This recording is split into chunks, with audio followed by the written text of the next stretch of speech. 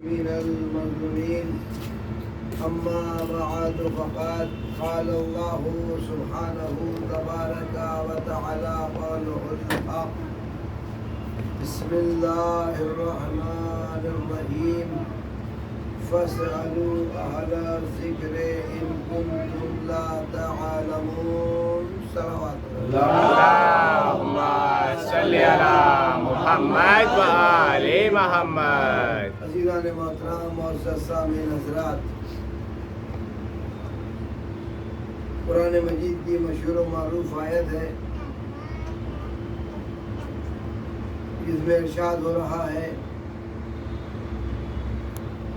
اے میرے حبیب ان لوگوں سے کہہ دو فَاسْأَلُوا عَلَى ذِكْرِ إِن كُنتُمْ لَا تَعْلَمُونَ، اگر تم نہیں جانتے ہو، اگر تمہیں علم نہیں ہے تو ان سے معلوم کرو جو جانتے ہیں۔ مطلب کیا ہے؟ جو علم رکھتے ہیں ان سے سوال کیا جائے، اور سوال امتحاناً نہ ہو بلکہ اپنے علم کے اضافے کے لیے ہونا چاہیے، اپنے نالج کو بڑھانے کے لیے ہونا چاہیے۔ ورنہ بہت سے انسان ایسے ہوتے ہیں، لوگ ایسے ہوتے ہیں کہ جنہیں ایک مسئلہ معلوم ہے، اس مسئلے کو کئی سالوں سے معلوم کریں گے۔ ہاں، اگر اس میں شک ہے، تردد ہے، تب ہے کہ دوسرے سے آپ تصدیق کرا لیجئے گا۔ ایسا نہ ہو کہ امتحاناً ہو، ورنہ حال وہی ہوگا جیسے ہمارے ساتھ امام نے اللهم صل على محمد وآل محمد ہارون رشید کا کیا تھا۔ جب حج کرنے کے لیے مکے پہنچے تو اس نے اعلان عام کر دیا تھا کہ کوئی بھی شخص مجھ سے پہلے حج نہ کرے، لیکن امام کے سامنے کسی کا حکم نہیں چلتا ہے، امام تو خود حاکم ہے۔ اب جیسے وہ حج کرنے کے لیے آگے بڑھا، چاہتا ہے کہ وہ طواف کرے کہ دیکھا ایک نوجوان اس سے پہلے طواف کر رہا ہے۔ ہارون رشید نے چاہا کہ وہ صفا و مروہ پہ دوڑے، دیکھا ایک نوجوان پہلے ہی ہے۔ ہارون رشید چاہتا ہے کہ مقام ابراہیم پہ جا کے نماز پڑھے، دیکھا کہ اس مقام پہ پہلے سے ایک نوجوان نماز پڑھ رہا ہے۔ ہارون رشید چاہتا ہے کہ جا کے حجر اسود کا بوسہ لے، دیکھے وہاں پہلے سے نوجوان موجود ہے۔ چاہتا ہے ہارون رشید کے ان شیطانوں کو کنکری مارے، تو دیکھا پہلے سے ہی وہ مار رہا ہے۔ اب ایک نوکر نے، ایک سپاہی نے کہا، اے جوان تجھے ڈر نہیں لگتا؟ کیا تو نے یہ حکم نہیں سنا ہے کہ بادشاہ نے، خلیفہ نے کہا، اعلان کر دیا کہ اس سے پہلے کوئی بھی حج نہیں کرے گا؟ تو آپ نے فرمایا یہ خانہ خدا ہے۔ بہرحال تمام احکام سے فارغ ہونے کے بعد آپ ایک مقام پہ بیٹھ گئے۔ ہارون رشید نے سپاہی کو بھیجا، جاؤ اس نوجوان کو میرے پاس بلا کے لاؤ۔ توجہ کیجیے گا، اس نوجوان کو بلا کے لاؤ۔ جیسے سپاہی وہاں پہنچا تو اس نوجوان نے کہا کہ غرض اسے ہے، مجھے نہیں۔ توجہ کیجیے گا، غرض اسے ہے، مجھے نہیں۔ من و ان جا کے اس سے کہہ دیا۔ ہارون رشید بتائیے کس عالم میں چلا ہوگا، غصے پہ غصہ سوا ہو رہا ہے۔ آیا اور امام کے قریب کھڑے ہو کے کہتا ہے، نوجوان بتا بیٹھ جاؤں یا کھڑا رہوں؟ امام نے کہا یہ خدا کا گھر ہے، چاہے کھڑا رہے چاہے بیٹھ جا۔ یہ اللہ کا گھر ہے، تو چاہے کھڑا رہے چاہے بیٹھ جا، تیری مرضی ہے۔ وہ بیٹھا، کہنے لگا کہ میں تم سے چند سوال کروں گا، اگر تم نے سوالوں کا جواب صحیح صحیح دے دے تو ٹھیک ہے، ورنہ وہ سزا دوں گا کہ قیامت تک لوگ یاد رکھیں گے۔ امام نے فرمایا کہ تیرا سوال اپنے علم کے اضافے کے لیے ہوگا یا امتحاناً سوال کر رہا ہے؟ کہنے لگا کہ میں اپنے علم کے اضافے کے لیے۔ تو امام نے فرمایا اب تو اس طرح سے بیٹھ جس طرح ایک شاگرد استاد کے سامنے بیٹھا کرتا ہے، اب تو ویسے بیٹھ۔ تو لہٰذا اگر اپنے علم کے اضافے کے لیے ہے تو اس طرح سے بیٹھنا پڑے گا جیسے ایک کسب علم کرنے والا طالب علم حاصل کرتا ہے تو زانو ہو کے معدب ہو کر. تو عزیزان محترم میرا ادھر جانا نہیں تھا لیکن بات آ گئی عرض کر دی. تو فَاسْأَلُوا أَهْلَ الذِّكْرِ إِن كُنتُمْ لَا تَعْلَمُونَ.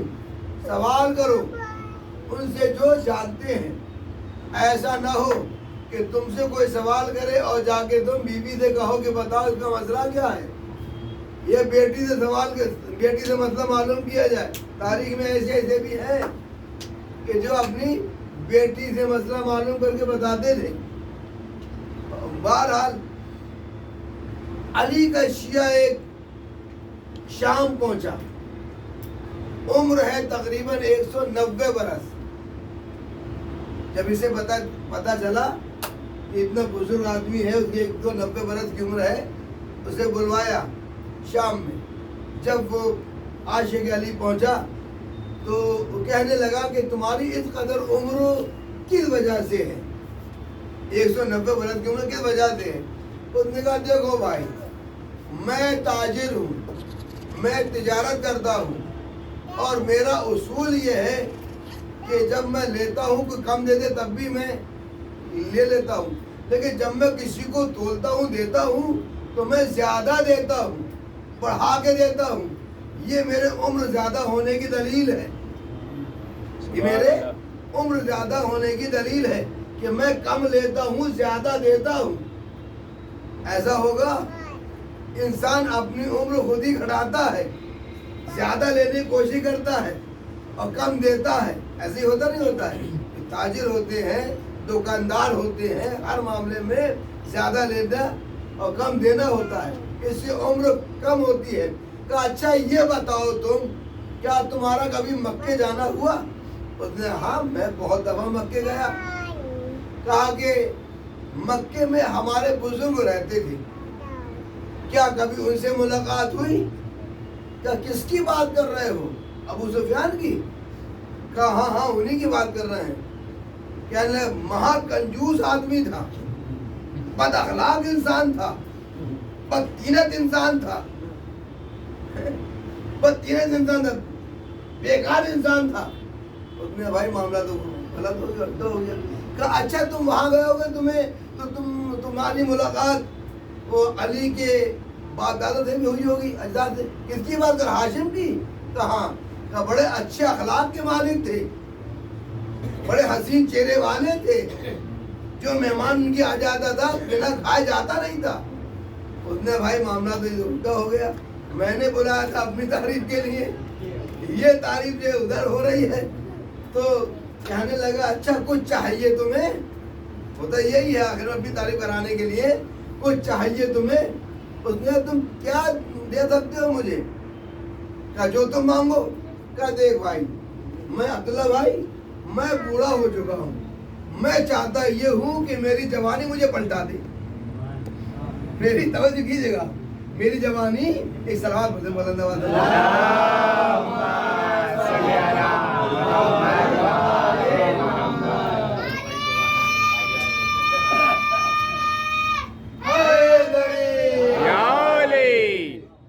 اگر کوئی دینا ہی چاہتا ہے تو میری جوانی مجھے پلٹا دے. کہا بھائی یہ تو میرے ہاتھ میں نہیں ہے. کہا اچھا تو ایک کام ہوگا, اگر تو کچھ دینے چاہتا ہے تو ملک الموت سے کہہ دے کہ وہ میری روح قبض نہ کرے. کہا بھائی یہ بھی میرے ہاتھ میں نہیں ہے. کہا پھر کہا اور کچھ مانگو. کہا تو ایسا کرو تم جنت کی ضمانت دے دو, جنت کی ضمانت دے دو. عزیز بہت بہترین بات ہے یہ, جنت کی ضمانت دے دو. اس نے بھائی یہ بھی میرے ہاتھ میں نہیں ہے. تو اس نے کہا اچھا ایسا کرو جلدی مجھے گھر پہنچاؤ, مجھے جلدی گھر پہنچاؤ. کیوں؟ کہ میں ایسی بس میں بیٹھ کے کیا کروں, نہ جس کے بعد دنیا ہے نہ آخرت ہے.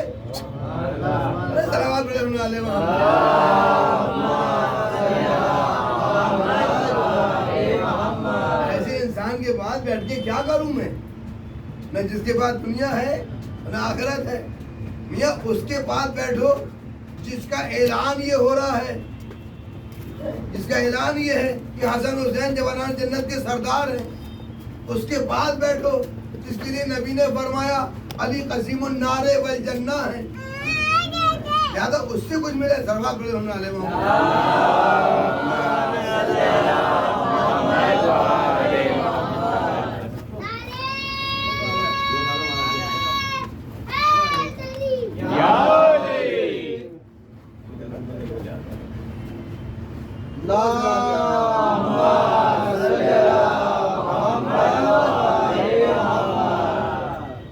تو ہمیں کس کے ساتھ رہنا ہے؟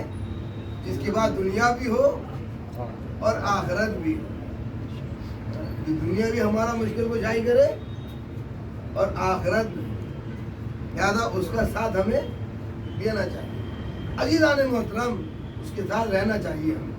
تاریخ ملتا ہے کہ جب نبی کی وفات ہوئی تو سب سے پہلے خلیفہ تو یہ بنے، لوگوں نے بنایا، ہمارا شورا تھا، پورا ہوا، میٹنگ ہوئی 3 دن تک ہوتی رہی، صاحب خلافت بانٹی جا رہی تھی، دی جا رہی تھی، خلیفہ بن گئی۔ کہیں ایک بیچارہ مدینے میں رسول اللہ سے وعدہ تھا کہ وہ آیا، اور آنے کے بعد اس نے کہا کہ بھائی رسول اللہ میرے مقروض تھے، لہذا ان کا جانشین کا خلیفہ کون ہے؟ تو تخت پہ بیٹھے ہوئے تھے، بولے ماشاء اللہ ہم ہیں، رسول اللہ خلیفہ جانشین ہم ہیں، ماشاء اللہ بتائیے۔ تو رسول اللہ میرے مقروض تھے، کتنے کے مقروض تھے؟ اور پہلی تو انہوں نے شرط لگائی تھی کہ جس کے جو رسول اللہ کے اوپر جس کا قرض ہے وہ 2 گواہ لے کے اپنے آئے، 2 گواہ، تب ملے گا اسے اس کا پیسہ جو کوئی وعدہ کیا ہے۔ اور ادھر مولا علی نے بھی کہا تھا کہ بھائی کوئی شرط نہیں ہے، جس کا رسول اللہ پہ قرضہ ہو وہ مجھ سے آگے لے۔ تو 2 اعلان تھے، تو بیچارہ وقت کا مارو ان کے پاس پہنچ گیا۔ عالم یہ تھا، گھوڑے پہ سوار، ہاتھ میں ترچھا نیزہ اور پگڑی باندھے ہوئے، دیہاتی تھا جی، اور دیہات میں کیسا ہوتا ہے بھائی، زبان ہوتی ہے۔ آیا اور آنے کے بعد کہنے لگا کون ہے خلیفہ؟ جی ہم ہیں۔ لاؤ رسول اللہ پہ قرض تھا ہمارا قرض دو۔ کتنا تھا؟ اس نے بتایا 100 سرخ اونٹ جن پر سونا چاندی لدا ہوا ہو اور اس کے ساتھ غلام بھی ہو، اس کے ساتھ پکڑنے والے، ہاتھ پکڑنے والے بھی ہوں۔ اچھا، تو انہوں نے سوچا، کہنے لگے سنو بھائی کوئی گواہ ہے؟ تو گواہ تو کوئی اللہ کے علاوہ میرا کوئی گواہ نہیں۔ کہ تو پھر ہم تمہیں کیسے دیں گے؟ اور پھر اتنا بڑا قرضہ پھر بھی نہیں دیتے، گواہ ہوتا تب بھی نہیں دیتے۔ اتنا بڑا قرضہ رسول اللہ کا اگر گواہ ہوتے تمہارے پاس تب بھی نہیں دیتے ہم، اور یہ تم تو کیا پک رہے ہو؟ انہوں نے کہا کہ پھر کون دے گا ہمارا بھائی؟ یہ نے وعدہ کیا اور ان سے بات کر لو۔ دوسرے سے ان سے سوال کیا، انہوں نے کہا بھائی کچھ نہیں، رسول اللہ نے چھوڑا کیا ہے؟ وراثت میں باغ فدق تھا، وہ چھوڑا تھا، وہ تو ہم نے بیت المال میں لے لیا۔ ایک رسول کا گھوڑا، ایک امامہ ہے، تلوار ہے، بس یہ چیز ہے، اور وہ علی کے پاس ہے نا۔ اب بیچارہ مایوس ہو کے نکلا، مجھے نہیں ملا، مایوس ہو کے واپس ہوا۔ تو کہ سلمان فارسی کھڑے میرے، کیا بات ہے؟ جب میں اپنا قرضہ لینے آیا تھا انہوں نے واپس کر دیا کہ نہیں، اتنے کہاں سے دیں گے؟ اس کا مطلب یہ ہے کہ یہ خلیفہ رسول نہیں ہے، یہ خلیفہ رسول نہیں ہے۔ اس نے میرے ساتھ چلو، اب صاحب لے کے چلے سلمان فارسی۔ جیسے ہی مولا کائنات کو سامنے آتے دیکھا تو مولا کائنات نے دیکھ کر اسے پہچانا اور کہا کہ تم اپنے ابا کا، اپنے بابا کا قرض لینے آئے ہو؟ جب اس نے یہ سنا اپنے ابا قرض لینے آئے ہو، کہا اب مجھے مل جائے گا۔ جسے یہ پتا ہے کہ قرض میرا تھا، میرے ابا کا تھا، تو وہ قرض بھی دے گا؟ کہ یہ معاملہ کیا تھا؟ کہ تمہارا بابا آیا تھا نہ ہمارے نبی کے پاس، سرور کائنات کے پاس، اس نے کہا کہ اس نے سوال کیا، اگر آپ نے میرے سوالوں کا جواب دے دیا تو میں اسلام لے آؤں گا۔ تو اس نے سوال کیا، یہ بتائیے گا کہ مجھے موت کب آئے گی، میری اونٹنی کے پیٹ میں نر ہے مادہ، قیامت کب آئے گی؟ تو اس وقت نبی نے جواب دیا، ان اللہ عند اللہ، بے شک اللہ ہی اس کا علم رکھتا ہے، اللہ ہی جانتا ہے اس کے بارے میں۔ اس نے کہا اور کہا کہ رسول اللہ آپ ہاتھ بڑھائیے، اور ہاتھ پہ بیعت کی، مسلمان ہوا۔ اس نے کہا کہ پورا محلہ، پورا گاؤں میری بات مانتا ہے، اگر میں سب کو مسلمان بنا دوں تو مجھے کیا ملے گا؟ میں سب کو مسلمان بنا دوں مجھے کیا ملے گا؟ بھائی دیکھیے ہر ایک فائدے کے اس میں لگا ہوا ہے، فائدہ چاہیے بھائی، ہر انسان فائدے میں ہے لگا ہوا، جو کچھ کر رہا ہے تو کچھ ملنا تو چاہیے نا بھائی۔ یہاں پہ ہم آئے ہیں، یہاں تو کچھ نہ کچھ ملنا چاہیے۔ آپ بھی کچھ لینے آئے ہیں، ہم بھی کچھ لینے آئے ہیں، اور اگر کچھ نہ ملے کیا ہوگا عالم؟ تو گویا کہ ہر ایک اسی اس میں تھا کہ ہمیں کچھ ملے گا۔ تو کیا چاہیے تمہیں؟ کہ مجھے دنیا اور آخرت دونوں چاہیے، دنیا اور آخرت دونوں۔ کہا کہ ٹھیک ہے، اگر تم نے اپنے پورے قبیلے کو، گاؤں کو مسلمان بنا لیا تو ہم تمہیں آخرت میں جنت دیں گے اور دنیا میں 100 اونٹ دیں گے جو سونے اور چاندی سے لدے ہوئے ہوں۔ کہاں یہی وصیت تھی، یہی وعدہ تھا کہ آؤ ہمارے ساتھ، دیا۔ اور سلمان فارسی نے کہا کہ ذرا اعلان کرا دو، کل صبح جسے بھی دیکھنا ہے قرض نبی کی ادائیگی، وہ کل صبح نماز کے بعد فلاں پہاڑی پہ آ جائے۔ اب کیا کہنا تھا صاحب؟ جب اعلان ہوا، جب دیکھے سر اونٹ دیں گے کہاں سے، یہ گھر میں تو ان کے کھانے کو نہیں ہے، یہی تھا نا کچھ لوگوں کا، یہ دیں گے کہاں سے؟ اس معجزے کو دیکھنے کے لیے، اس قرضے کو دیکھنے کے لیے پورا مدینہ آ گیا جی، چلو بھائی یہ ضرور دیکھیں گے۔ امام حسن علیہ السلام کو آپ نے بلایا مولا نے، اور ایک رکا لکھ کے دیا کہ بیٹا یہ لے جاؤ، عصا دیا رسول اللہ کا، رسول اللہ کا عصا لیا، رکا لیا۔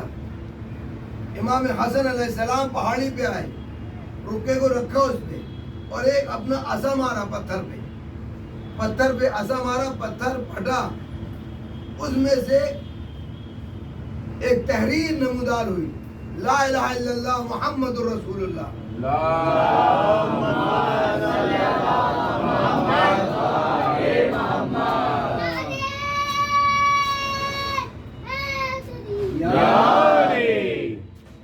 الہ الا اللہ محمد رسول اللہ۔ ابھی ایک لمحے کے بعد امام حسن علیہ السلام نے کہا، اے وادی والو،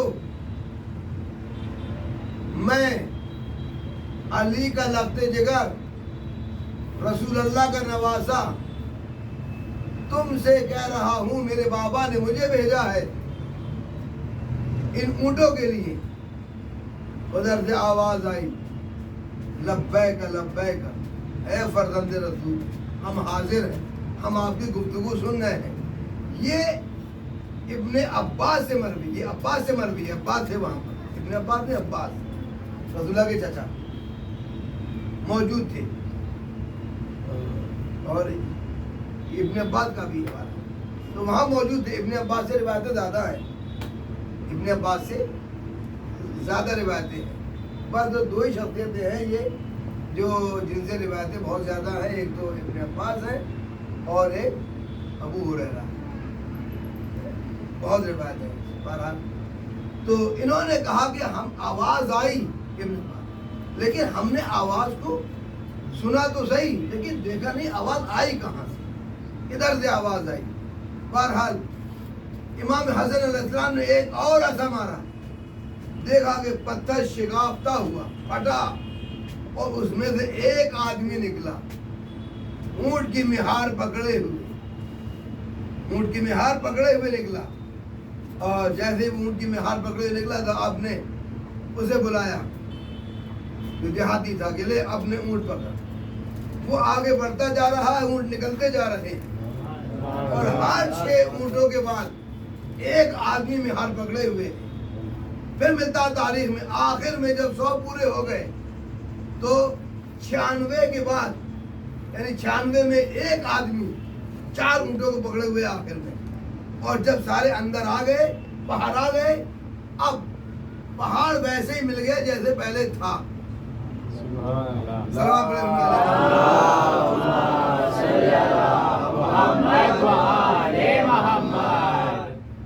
تو مولا کائنات علی ابن ابی طالب علیہ السلام نے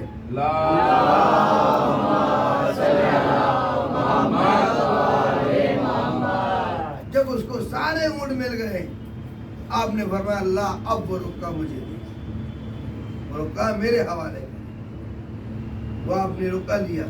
عزیزان محترم، یہ بتائیے گا کہ پورے جہان میں کسی کے اندر یہ طاقت ہے جو پہاڑ سے اونٹ نکال دے؟ صرف اسی کی ذات ایسی ہے۔ آپ نے فرمایا آدم کی خلقت سے 2000 سال پہلے اللہ نے انہیں پیدا کیا، ان ناقوں کو پیدا کیا۔ عزیزان محترم، کیا کہنے اس ذات کا؟ ایک اور سلوات پڑھتے ہیں والے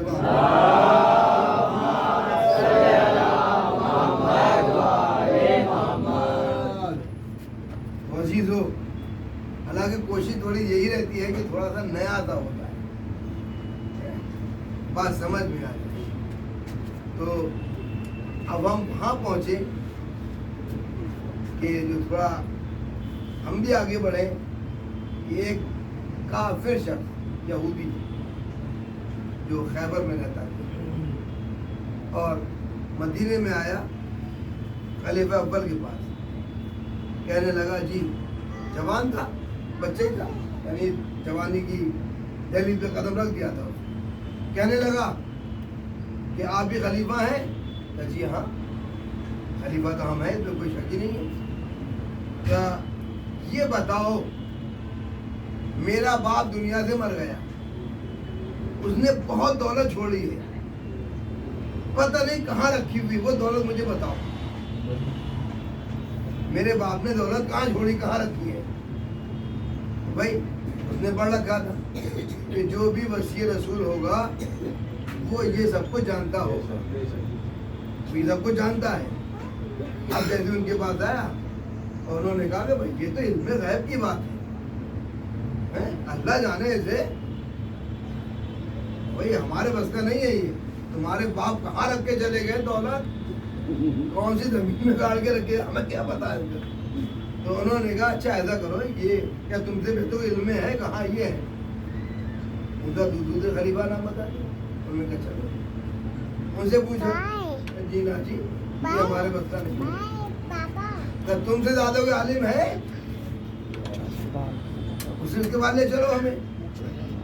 کہاں چلو، ایک ہی شخصیت ہے جس کا نام علی ہے۔ اب صاحب لے کے چلے، مولا کائنات کے پاس لے کے آئے، اس نے دیکھا اور دیکھتے ہی کہا السلام علیکم یا امیر المومنین،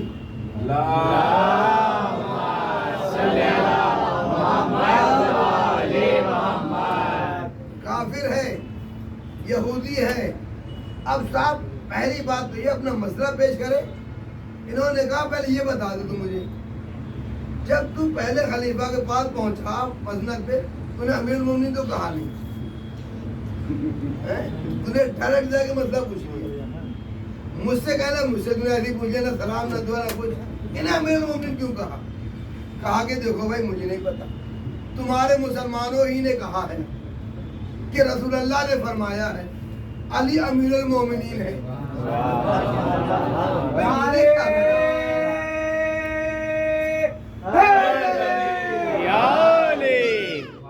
مجھے کیا معلوم تھا، مجھے کیا پتا، میں تو یہودی ہوں، مجھے کیا پتا کون ہے؟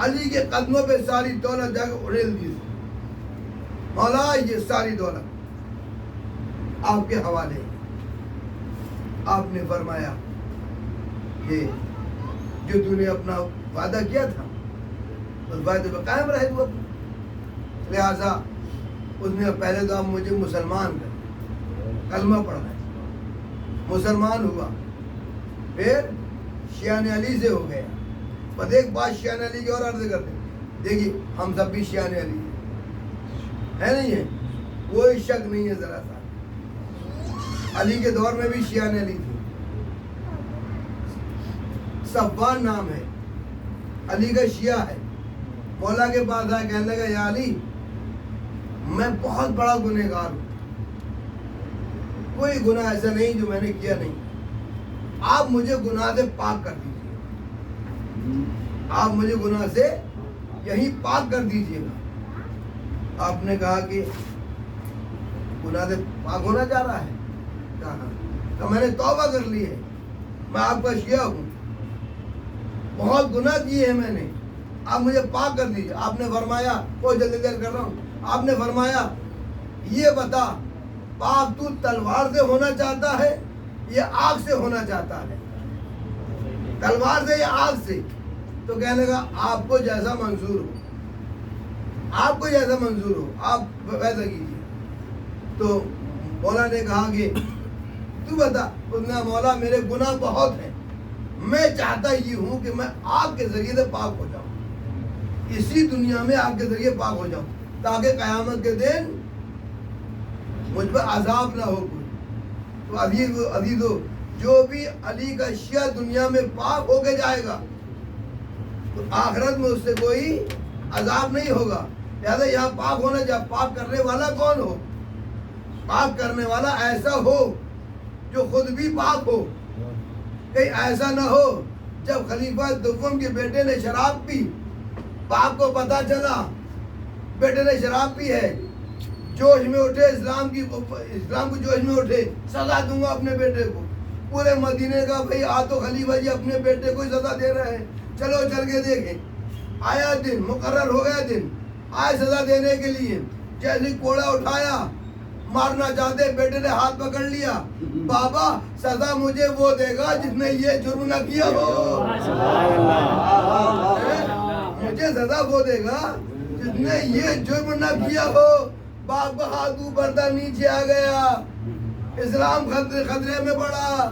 لوگ آگے والی کے پاس پہنچے، یا علی اسلام خطرے میں ہے، اب تو مجرم چھوٹ جائیں گے. کیا ہوا کہ ایسا تھا ماجرا ہے. مولا کائنات پہنچے، کوڑا اٹھایا کہ مجھے میں اس لائق ہوں کہ تجھے کوڑے ماروں.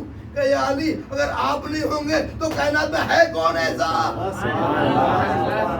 وہ کوڑا امام حسن کے حوالے کیا. امام حسن نے کہا کیا میں تجھے کوڑے لگا سکتا ہوں کہ فرزند رسول اگر آپ نہ لگائیں گے تو کون لگائے گا کوڑے؟ ذرا پڑھے حناد محمد.